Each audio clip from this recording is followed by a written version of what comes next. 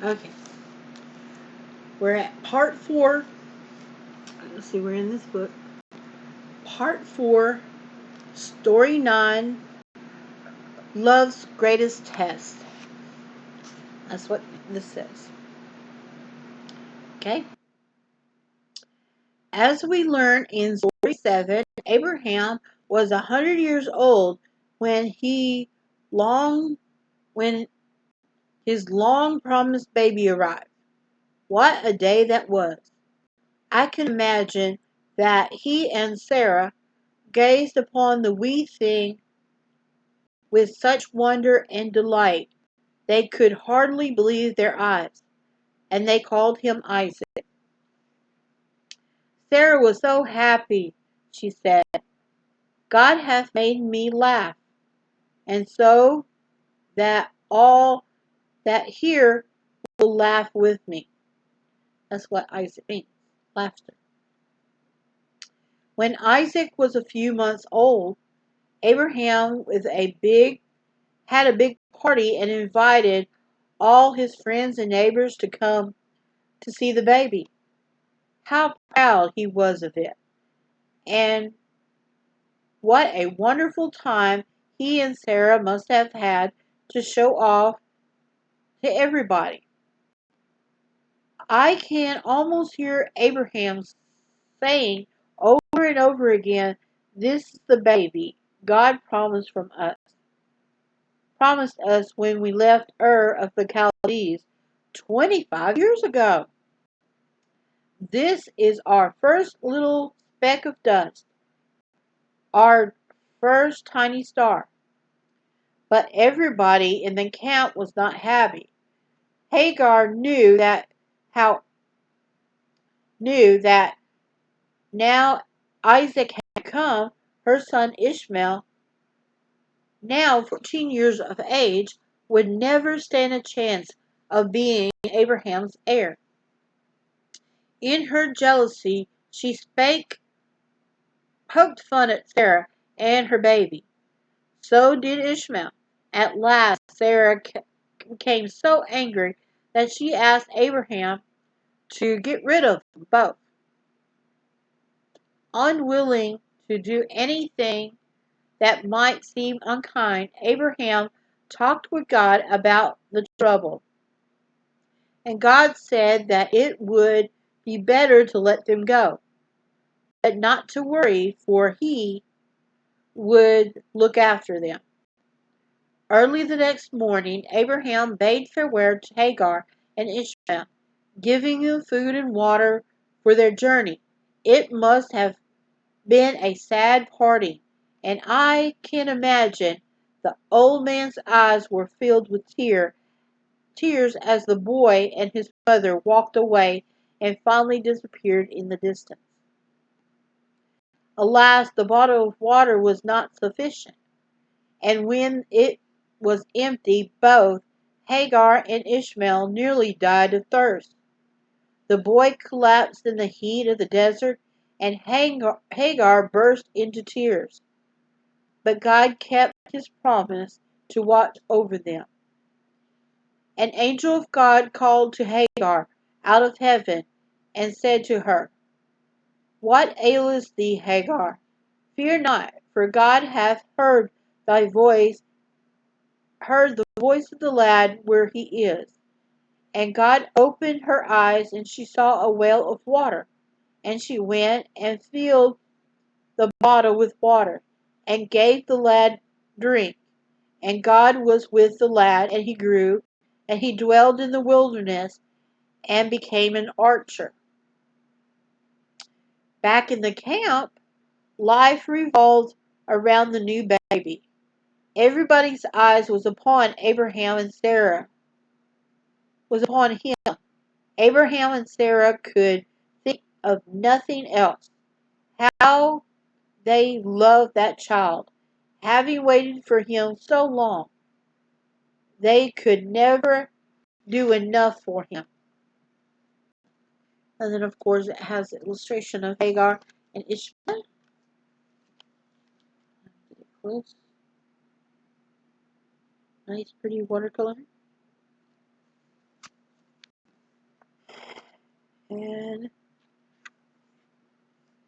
Go to the next page. It has all down at the bottom.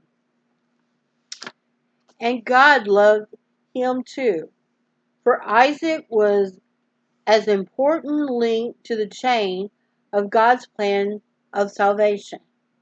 Through him and his children, the seed of the woman, Jesus, would come at last to bruise the serpent's heel.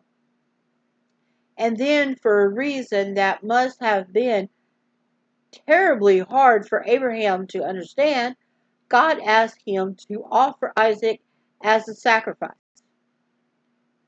Warning: to kill him like a lamb or a kid or a calf and burn him on an altar. There must have come a crushing blow to the old man. There was the boy, just growing into sturdy young manhood, the joy of his parents' hearts, the pride of the whole camp. And now God said, take thy son, thy only son Isaac, whom thou lovest, and get thee into the land of Moriah, and offer him up as a burnt offering unto one of the mountains which I will tell thee of. Oh, King James. Oh, the these and thous. Well, at least it's not the Geneva Bible. Whew. I read it. It's like, it's a lot more than it. But I digress. Poor Abraham. Surely no great test of faith or love ever came to any man.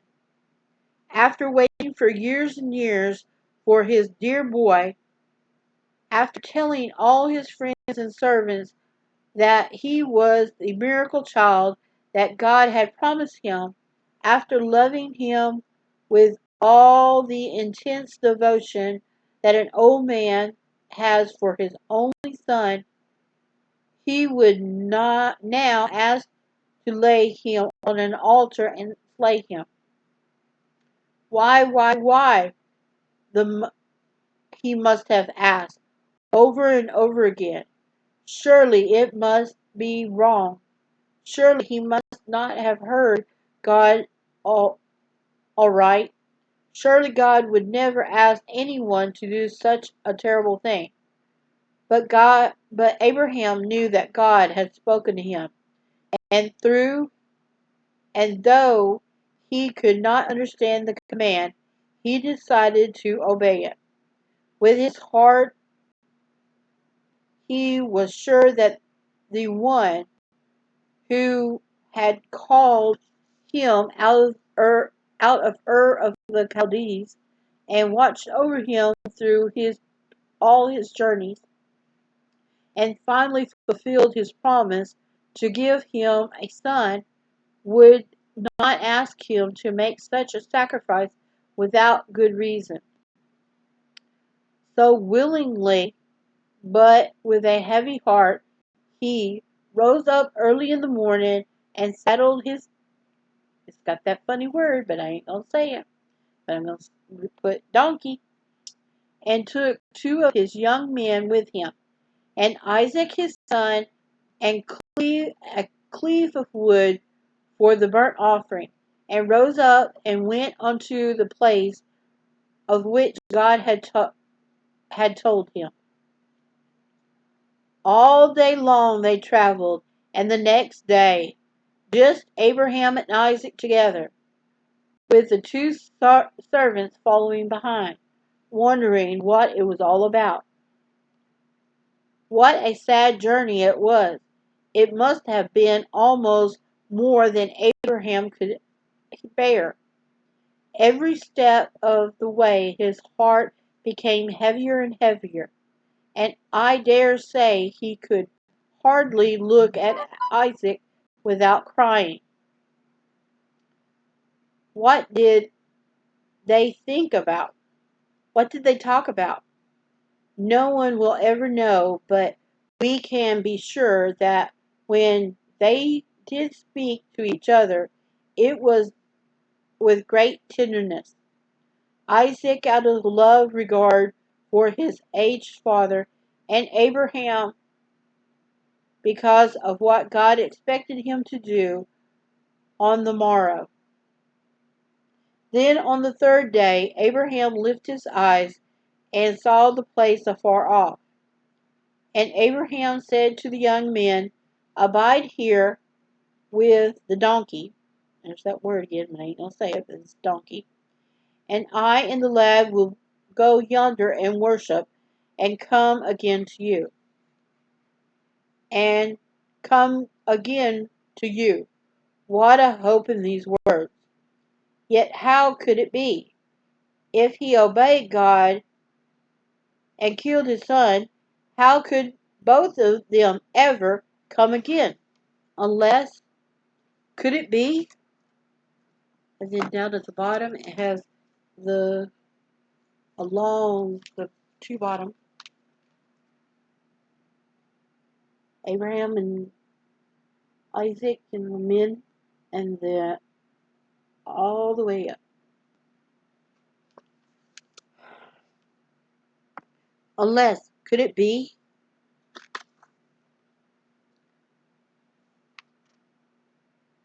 Unless God planned to work a new, still greater miracle for him. It had never been done before, but yes, God did. God could do it. Had he not said nothing was too hard for him, perhaps then it might even be that he could raise Isaac from the dead. So we wonder in the book of Hebrews. By faith, Abraham, when he was tired, offered up Isaac, and he that had received the promise offered up his only begotten son, for whom of whom it was said that in Isaac shall thy seed be called, accounting that God was able to rise him up even from the dead. King James again. And that was in Hebrews. Tongue tie. On the way up the mountainside, Isaac began to wonder just what his father had in mind.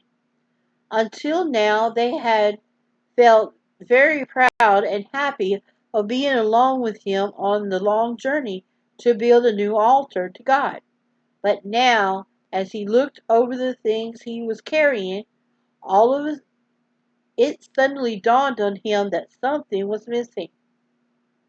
There was no animal for the sacrifice. They had traveled all this long way in vain, and all the most important item had been forgotten.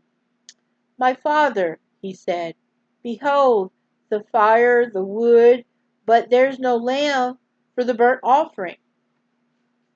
So the moment Abraham had dreaded had come. Isaac must have told, must, so the moment Abraham had dreaded almost had come.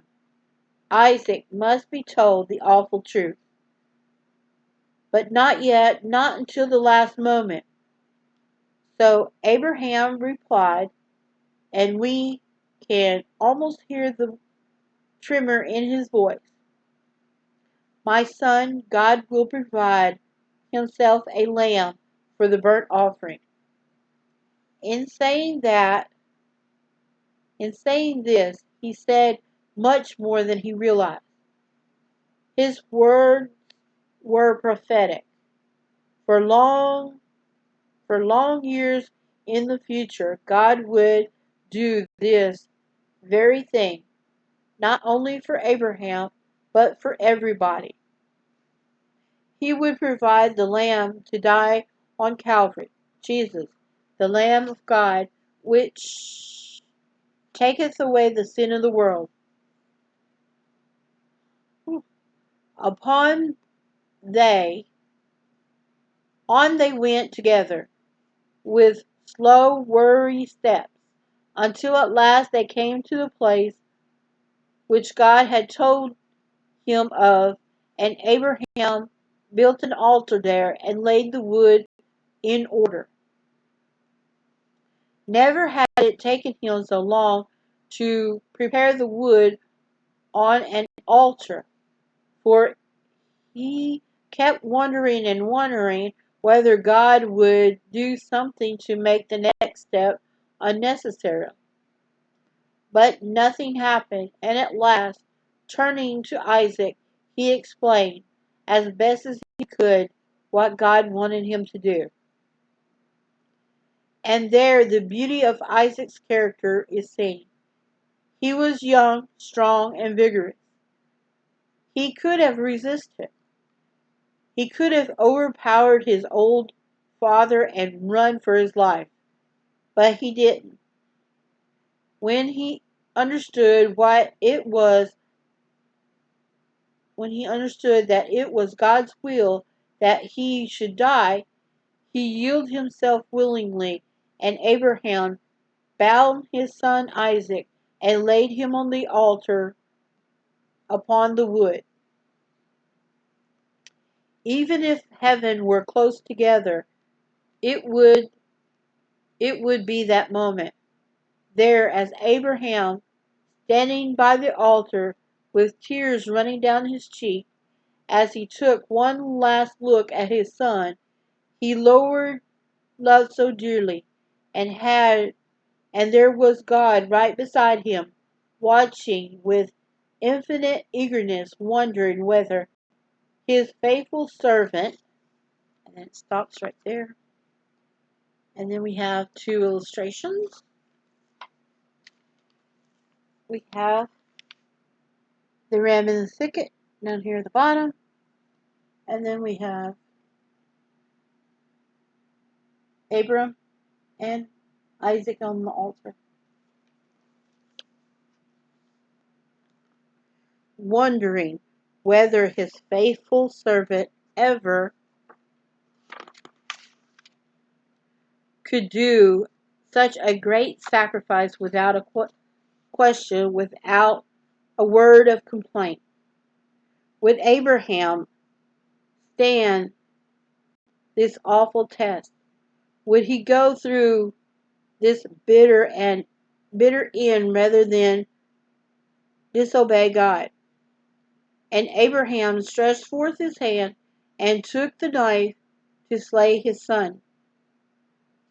Isaac closed his eyes, waiting for the final cut. The knife flashed in the morning sunlight, but it never touched him. Suddenly, the silence of the mountaintop was broken by the sound of a voice, loud, urgent, commanding, as though God himself was anxious now. Abraham, Abraham, lay not thy hand upon the lad, neither do thou anything unto him.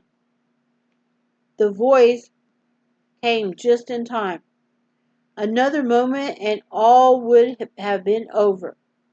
Only the knife that might have killed the lad cut his bonds and set him free. The two of them, father and son, must have embraced each other in speechless joy at this amazing deliverance. And how God must have smiled upon them both for their love and devotion to him. Said the voice again, Now I know thou fearest now I know that thou fearest God, and seeing that thou hast not withheld thy son, thy only son, from me. Tongue tie. When it was that Abraham saw the ram caught in a thicket, perhaps it had been there the whole time, but both of them had been too worried to notice it. And Abraham went down and took the ram and offered him up for a burnt offering instead of his son. And then, of course, it has a beautiful painting by Russell Harlan. And this is it. Get it all in there. And it does have a caption. God honored Abraham's faith by restoring to him his son Isaac from the altar of sacrifice. They now lovingly embraced each other in gratitude to God for his wonderful goodness. And then we do got a little bit more to go through. Okay. Then the voice came again from God, was still close by, happy in the knowledge that here is a man who loves him with all his heart, who is willing to give up his dearest treasure at his command. And the voice said, By myself have I sworn, saith the Lord, for because thou hast done this thing, and hast not withheld thy son, thy only son, that in blessing I will bless thee, and in multiplying I will multiply thy seed as the stars of the heaven, and as the sand which is upon the seashore. And thy seed shall possess the great gates of his enemies, and in thy seed shall all nations of the earth be blessed, because thou hast obeyed my voice. Ooh, get tongue-tied after a while. Wonderful promise. In so saying, God opened the whole treasury of heaven to his loyal and faithful servant. Everything God owned was made his forever. And such is a blessing he offers to all who will love him, as Abraham did. We are willing to lay our best and choice things upon the altar of sacrifice. Dear boy, dear girl, and are you ready to do just this? To lay thyself upon the altar? To devote your life to God and his service? Will you say to him gladly and willingly, Take my life and let it be consecrated, Lord, to thee? If so, then God will say to you, as he said to Abraham, In blessing I will bless thee, because thou hast obeyed my voice. Then all your life will be different, radiantly happy and beautiful, as you walk with God towards the land of promise. And like it says in the New Testament, we are not, it does look like it's repaired. But we have an illustration down at the bottom. They're happy. And that's the end of story 9. And now we go to our next. And let me see. Wait, got how many more before the end? Well, we got 2 more stories and then we'll be the end. And it does look like it was repaired. But it looks like a manufacturer's repair. Okay, let's go to the next story.